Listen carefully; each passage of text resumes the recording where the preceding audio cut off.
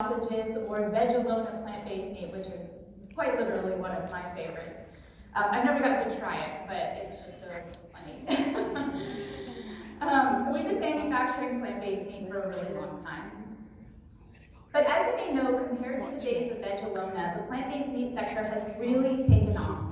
And for the first time, we're now seeing a massive unmet demand. And to understand that the state of the industry, it's really important that we understand the state of supply versus demand. So by 2030, the demand for plant-based meat will reach over $85 billion a year, and some expect that to grow even higher. But the problem is that projected demand will far outpace projected sales, even with very high, essentially, growth rates. The CAGR 14.6%. We've even seen as high as 20%. But again, we have to be able to make those products in order to meet the demand. Further, the plant-based meat industry has other major challenges. The plant-based meat itself often costs 2 to 5 times, and in some cases even 12 times the cost of its counterparts in the animal meat industry. So this is essentially making it cost prohibitive for a large portion of Americans. And in the US, we produce over 108 billion pounds of animal-based meat, and yet the cumulative plant-based meat industry only clocks in at less than 1/2 of 1% of the volume of animal-based meat. This means the vast majority of Americans don't even have access to meat replacements, despite their whatever motivation they have for eating these products, like their human health, climate change, animal welfare, etc.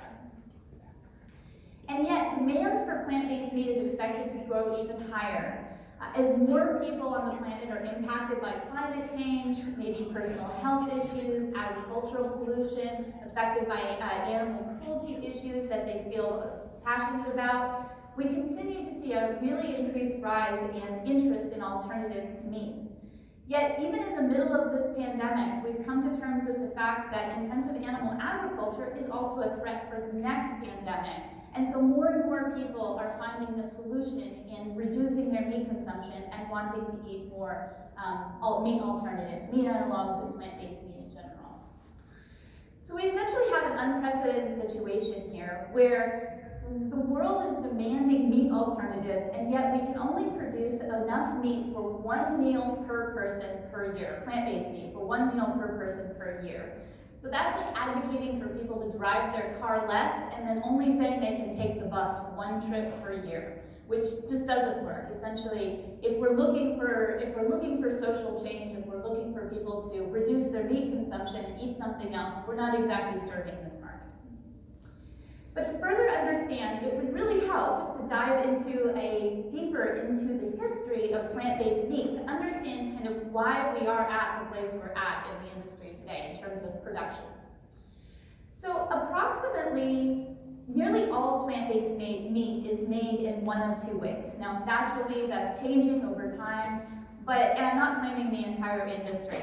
But for the most part, about 80% or so of products, it might even be closer to 90%, are made via what I call mix and form production of plant-based meat. And then the rest is often made via high moisture extrusion, and there are a few other types of methods. But for the most part, mix and form is one of the dominant ways of doing it. But to understand why we make plant-based meat this way, I always find it really helpful to go back to the beginning of manufactured meat analogs. One of the first meat analogs sold commercially was actually called Protos. It was canned for sale in about 1899, and it was canned for sale in about 1899. And then later, products like Metfoda, Zoiburger, which was like an early soy burger, chocolates in the 1940s or so. And it wasn't really until the 1960s that we actually started to see plant-based meat that we kind of recognize today, the most common being Bacos. And I'm sure everybody's tried Bacos.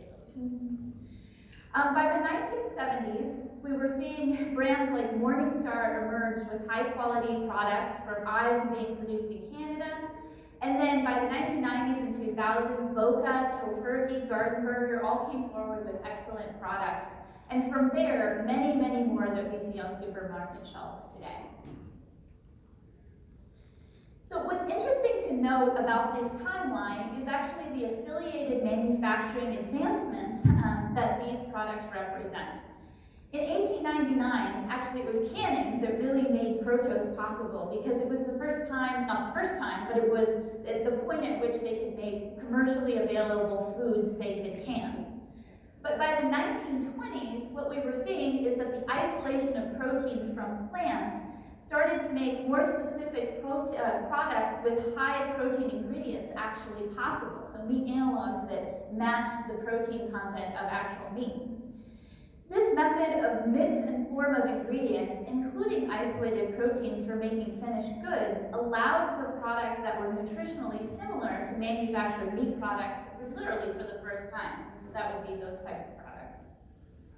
So by the 1940s and 50s, then the ability to start structuring protein and via protein spinning or sausage making methods actually led to the rise of products like Vegelona, which was actually a spun meat product, like actually making fabric, spinning fibers, and then continued to develop from there to produce products like Bakos, which actually was later produced via low moisture protein extrusion to make textured vegetable protein that we commonly know now as TVP.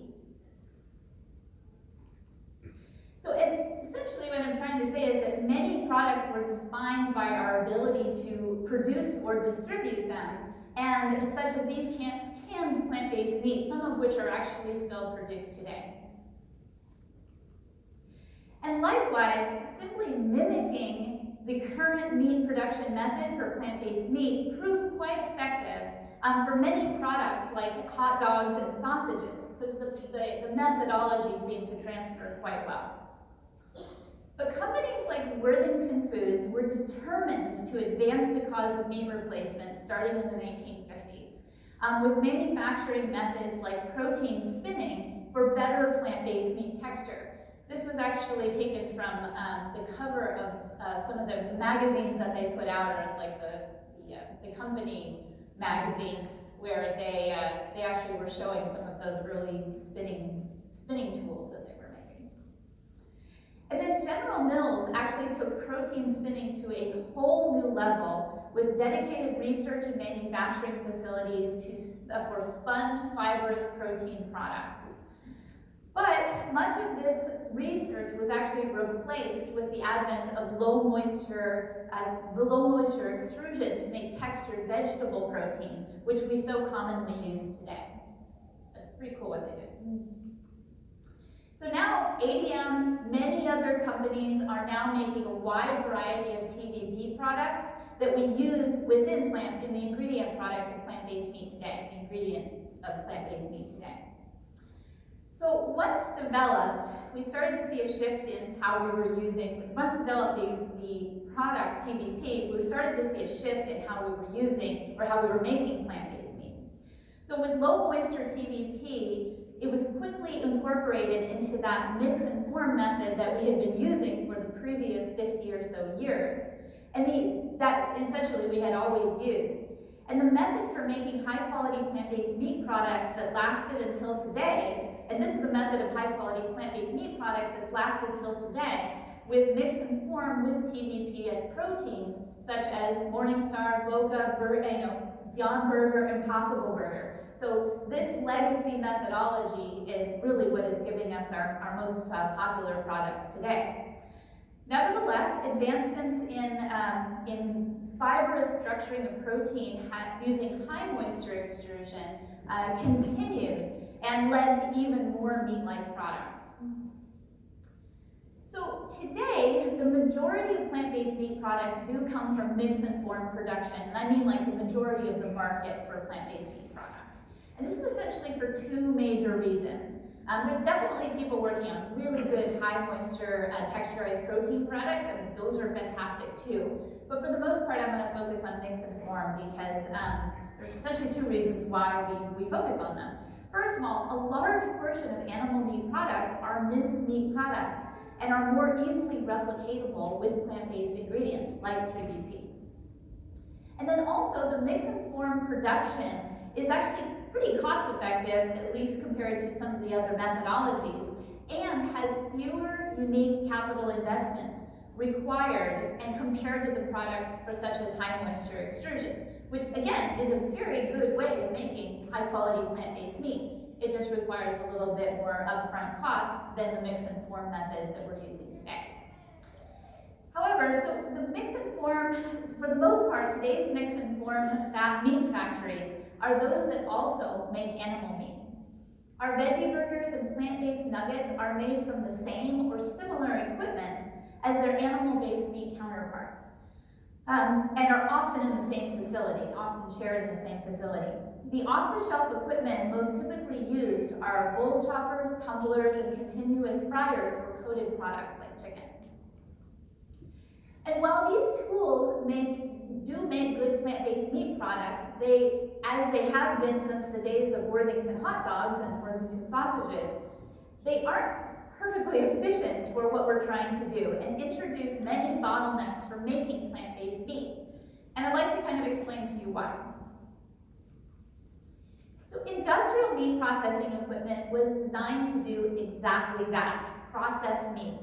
Rotating blade equipment was designed to break down the structure and carcasses of animal into malleable doughs to turn them into chicken nuggets and hamburgers. And this subtractive manufacturing, shown on your left here, is essentially what the equipment was designed well to do, and obviously continues to be designed well to do, because that, of course, is what its purpose was. On the opposite end of the spectrum is the production of plant-based meat, where ingredients from many sources are carefully brought together to create a cohesive structure. While the forces imparted by meat processing equipment can mix these ingredients together, the equipment is problematic in some areas for this additive manufacturing methodology, and is shown on the right. It often adds excessive heat, can take as much as 3 or times as long to make, and essentially sometimes overwork the material, causing there to be problems with quality and obviously the volume when it takes 3 times as long. So any processor of plant-based meat undoubtedly has a similar list to ours at Rebellyous, which is essentially that off-the-shelf meat processing equipment when it's used for making plant-based meat, mix and form plant-based meat, often has longer sanitation cycles, requires even more heavy lifting. Sometimes we see a lot of inconsistent mixing, heating and cooling issues, and many other bottlenecks. And as a result, in the market, we actually see lower than expected production and much higher costs. So we also need to understand the underlying myth of scaling in the plant-based meat industry. In order to make plant-based meat cost competitive, many advocates believe that it's just a matter of scale. And they are right. This is very partially true, as the economics of scale do bring big savings and will bring big savings for the plant-based meat industry. But the plant-based meat industry needs to compete one-on-one with animal-based meat in order to grow to a larger portion of the market and actually compete with animal-based meat counterparts. As a result, we have to understand the barriers to cost-competitive cost of goods sold, or COGS, for making plant-based meat, or meat analogs in general. So let me just first talk about what I call the scaling myth to bring down the cost of plant-based meat. Essentially, on a per-pound price basis, the cost to produce plant-based meat actually remains considerably higher than for animal meat for 2 major reasons. The first reason is that ingredients cost about 2 to 5 times the cost of animal-based meat. This includes everything from bringing in oils to flavors, because essentially if you're trying to replicate meat, you're trying to replicate the structure, you're trying to replicate the flavor. And until this difference in ingredient cost changes, it's going to be pretty difficult to continue to compete one-on-one. And then finally, per our discussion on additive manufacturing, there are more steps and higher labor costs to making plant-based meat. And this is an actual per-pound price problem, where essentially you're putting a certain amount of work into it, and when you go to scale that with the same equipment and the same process, you're simply scaling the major problem that you're having to put so much time and work on a per-pound basis. And this fundamentally doesn't change with scale because it has to do with what is necessary to actually structure and develop the dough of making plant-based meat. So how do we solve this problem? We essentially look to the meat industry to see what they have done. And I think this is one of the most perfect examples of how effectively the meat industry has developed tools that are very specific to the need to produce high volumes of products, particularly in the chicken industry, where developing customized equipment for the right size bird and the right size processing for those birds was really specific to those birds. And this is the type of manufacturing technology that has made meat cheap and readily available since the onslaught of industrial manufacturing in the 1960s and the 1950s. So nothing quite like this exists for plant-based meat, and essentially that's what we're doing at Rebellyous Foods. So Rebellyous Foods is designing and deploying a new generation of processing equipment. We don't build it, we just design and deploy. We use it ourselves and we hope to share it with others as well. And essentially the goal is to make plant-based meat faster, higher quality, at significantly lower cost, and at much higher volumes. So we're trying to solve all those problems at once. And by doing so, we can address the price differential between plant-based meat and the animal-based meat counterparts. So I'd like to share just a little bit more about our history, our work at Rebellyous. We're an early stage startup, and we actually recently completed our prototype and patented production system for dough making, or specifically dough making. And I can't share the equipment publicly, but what I am going to do is actually share how we're building a platform for the next generation of plant-based meat production and the impact it can make for future plant-based meat production facilities. So Rebellyous is building a new platform for mix-informed production of plant-based meat. The platform has come out of 3 years of research and development to define the problems, including bottlenecks and process effectiveness, energy usage, takt time, labor hours, sanitation, safety, and logistical needs. Like, everything was on the table in terms of what we needed to understand were the major bottlenecks, but also the minor bottlenecks costing us more money to make the products. So we've documented and prioritized these issues for further research and design.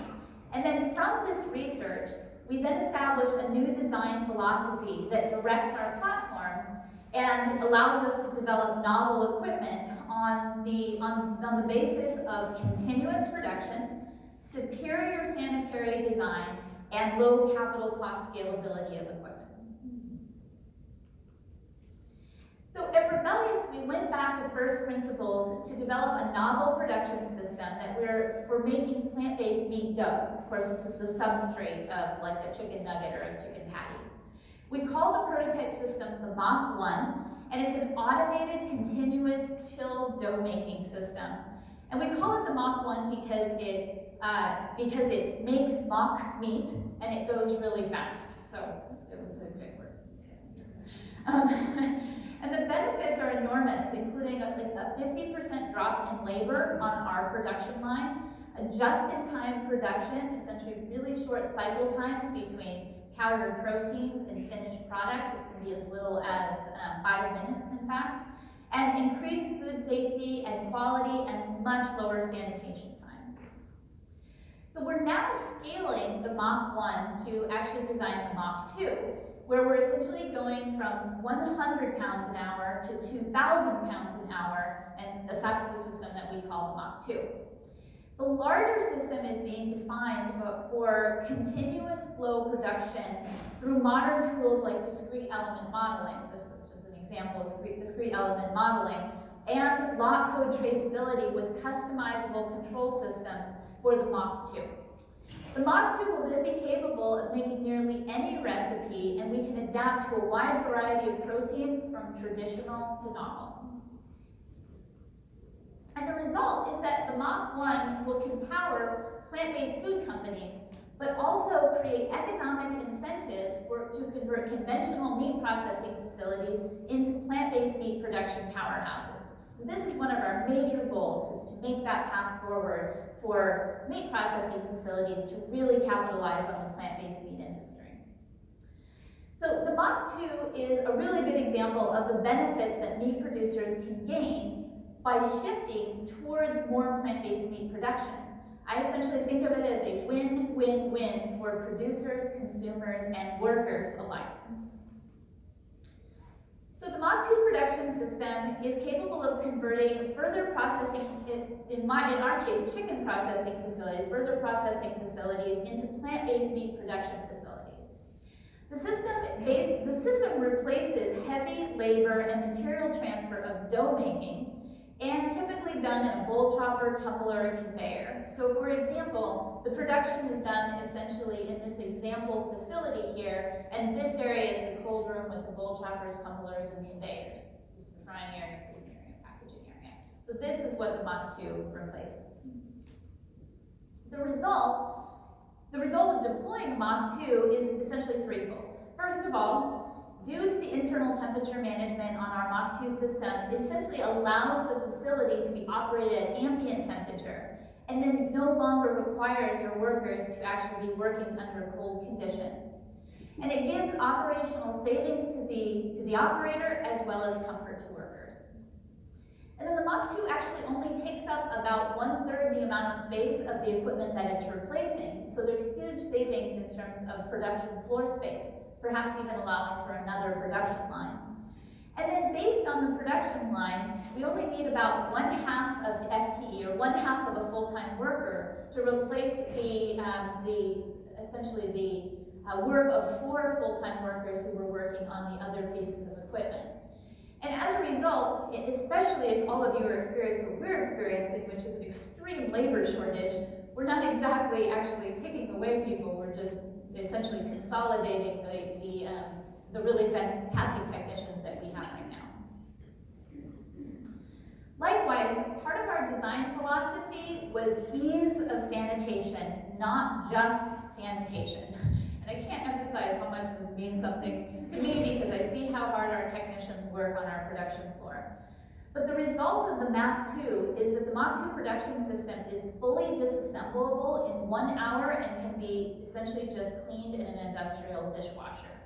This reduces heavy labor lifting, a lot of spray down, wash down situations, and essentially can save, this is one of the major labor savings about our continuous production system.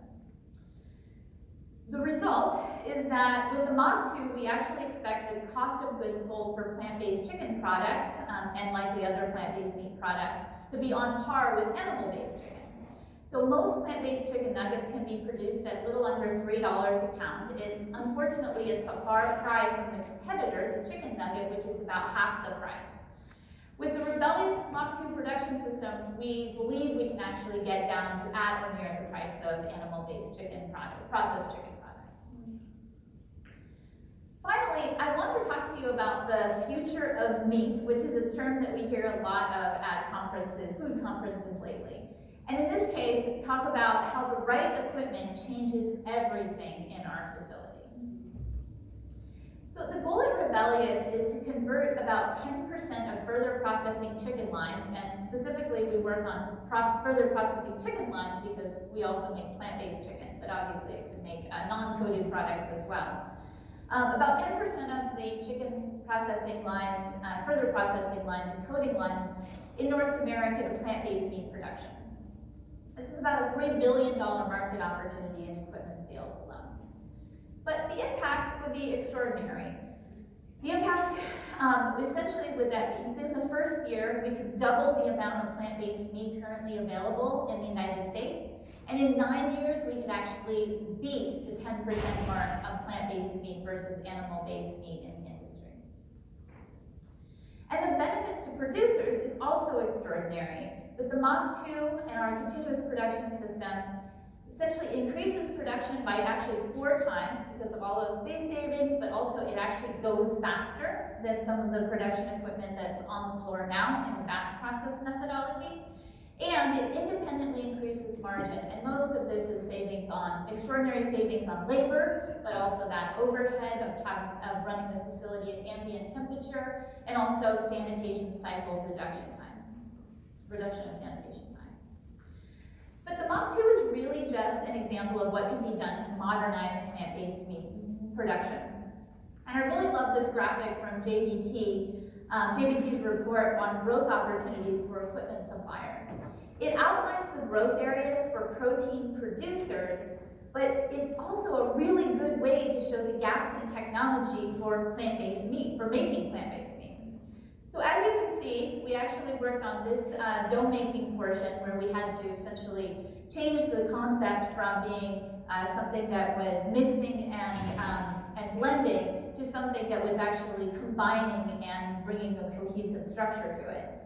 But there's lots of other opportunities. In our facility alone, we would love to see a different frying system for our plant-based meat products. We would love to see an optimized freezing system because these materials have really unique properties and we see problems in the typical equipment. And also better optimized inspection systems for the unique properties of plant-based protein products. So to wrap up, I'd really like to offer an extension of the plant-based meat production timeline that we started with at the beginning. From the mix and form processes from today, the next generation of equipment will be essentially equipment like Rebellyous' Mach 2 production system and many others from there. There are lots of different opportunities. And the new equipment leads to more comfortable facilities and with higher production. And these are just a handful of opportunities for production technology solutions to make the plant-based industry not just capable of meeting extraordinary demand, but also for providing our allies in the animal-based meat industry with a path forward to transition into plant-based meat production, which we're really, really excited about doing. So thank you so much for letting me share my story with you today. I'd be delighted to take any questions that you might have.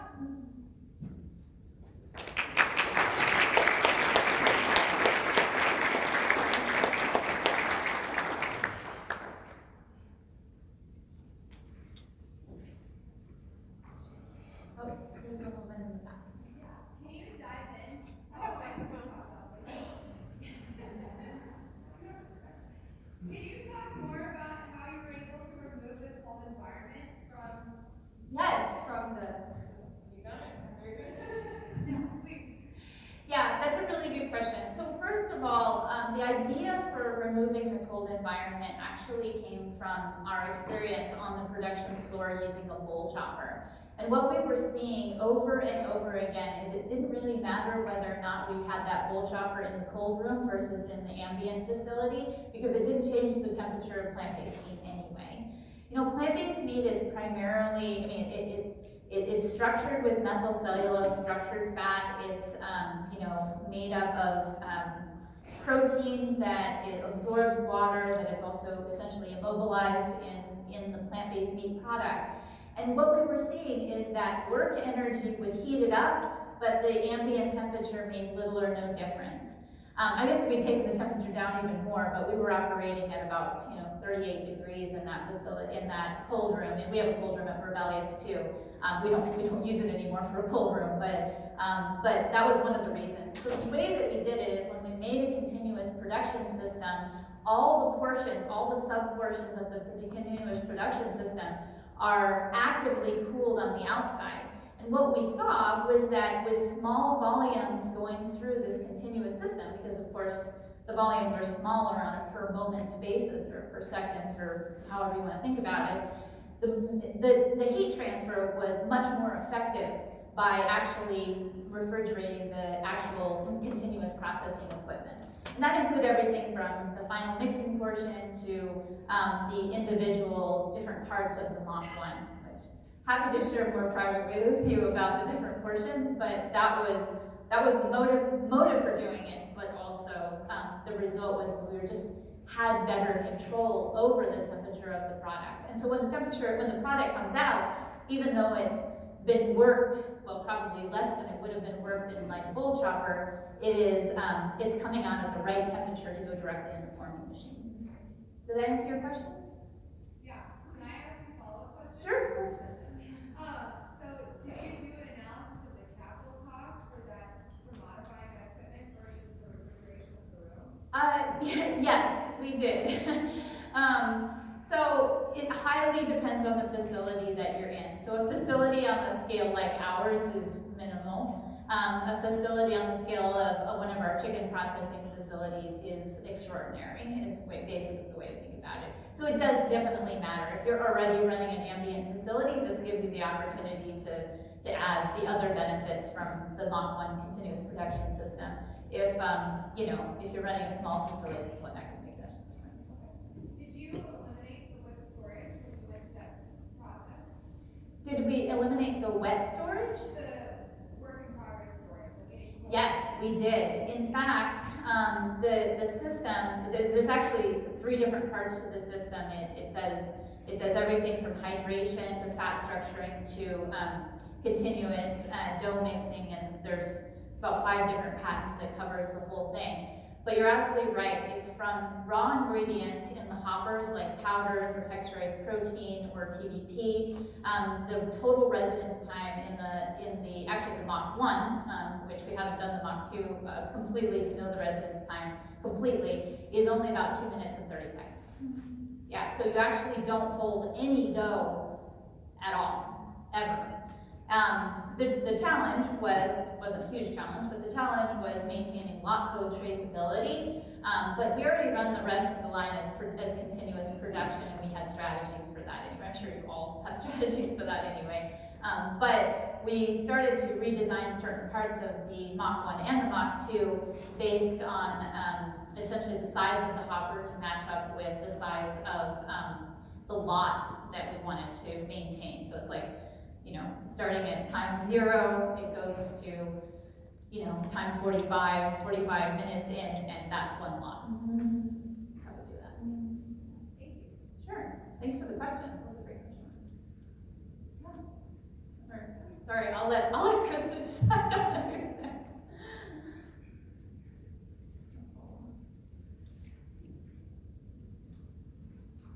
Thank you for a brilliant presentation. Oh, thank you. Thought-provoking, inspiring, just what we need. Oh, thank you. Very nice. So there are many who believe that in the plant-based food sector, there is one approach where you're mimicking meat-based products. Yes. The greater opportunity lies in making new types of products that use plants that are closer to the ground and therefore more efficient, less polluting, and less waste. Yes. The issue is, particularly in the Western world, that not many of us know how to cook with plant-based, and plants just don't taste good. Has Rebellyous ever thought of applying this out-of-the-box thinking to develop plant-based foods that do not have to go through the intermediate ingredient manipulation? So the honest answer is yes, I think about it. And then